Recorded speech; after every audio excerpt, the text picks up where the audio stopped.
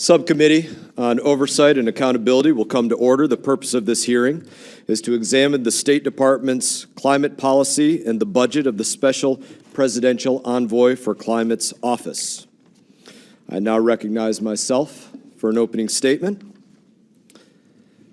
As we examine the State Department's climate agenda and budget, we are joined today by former Secretary of State John Kerry. Thank you for being here today. First ever Special Presidential Envoy for Climate. Mr. Kerry, you're sitting in a newly created position, but from all of the research that I've done in 2 years, you've largely managed to avoid any real oversight or accountability in that position.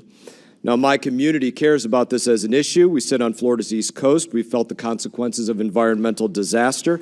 I'm a member of the Bipartisan Climate Solutions Caucus, a co-chair of the Roosevelt Conservation Caucus, and I believe that it's critical that we do work to defend our environment, clean air, clean water, public health. Protecting our environment is important. I don't know a person literally in Congress that doesn't believe that protecting our environment is important, but as you and I have discussed, and I've said this to you before, you can't worry about the efficiency of your home if you can't make rent, if you can't make your mortgage payment, and you can't worry about the emissions of your automobile payment, of your automobile if you can't make the payment on your car. You can't worry about the way America is electrified, or you have to worry about the way America is electrified as we look to the future to make sure that our electric grid can support the policies that are being pushed. And it seems in many cases like you are hell-bent on enacting policies not by votes through the House of Representatives and the Senate, but by fiat.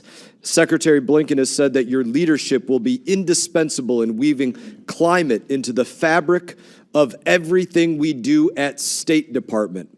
Personally, I don't believe that climate should be the focus of every part of diplomacy, which is the job of the State Department.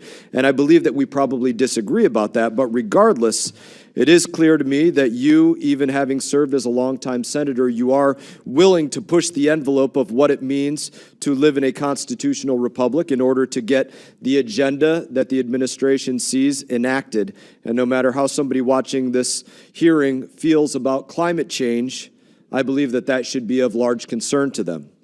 This is my chief concern about your office. You're serving on the National Security Council, but you're not confirmed by the Senate. In your previous role as Secretary of State, you unilaterally entered our nation into some of the largest agreements, like the Joint Comprehensive Plan of Action, the Iran nuclear deal, unilaterally bound Americans to set standards that would dramatically increase their cost of living or affect their way of life in the Paris Climate Accords.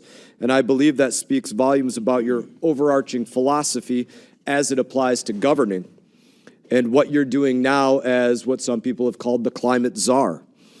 Mr. Kerry, nobody voted for you in this body. It seems like, once again, the rules don't apply to the president's inner circle. He has called you his best buddy.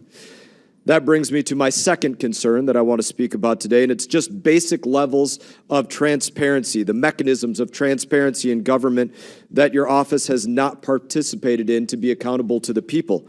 Every time you travel to a climate summit or King Charles' coronation or the wedding of the Crown Prince of Jordan, you're supposed to document the carbon emissions generated by your trip. Your office has failed to do so. You're supposed to produce an organizational chart of your office.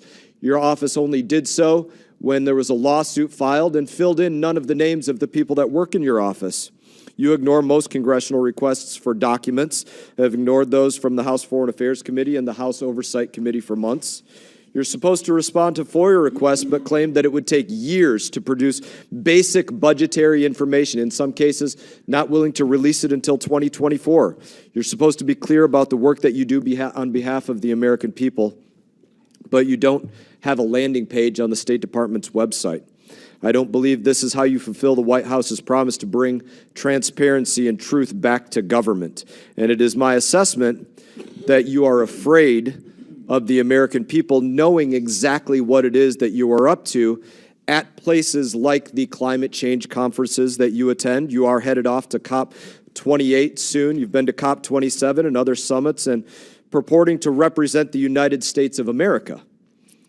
But you're not representing the United States of America's people, in my opinion. I believe that you are representing a far-left radical agenda. Those are my beliefs.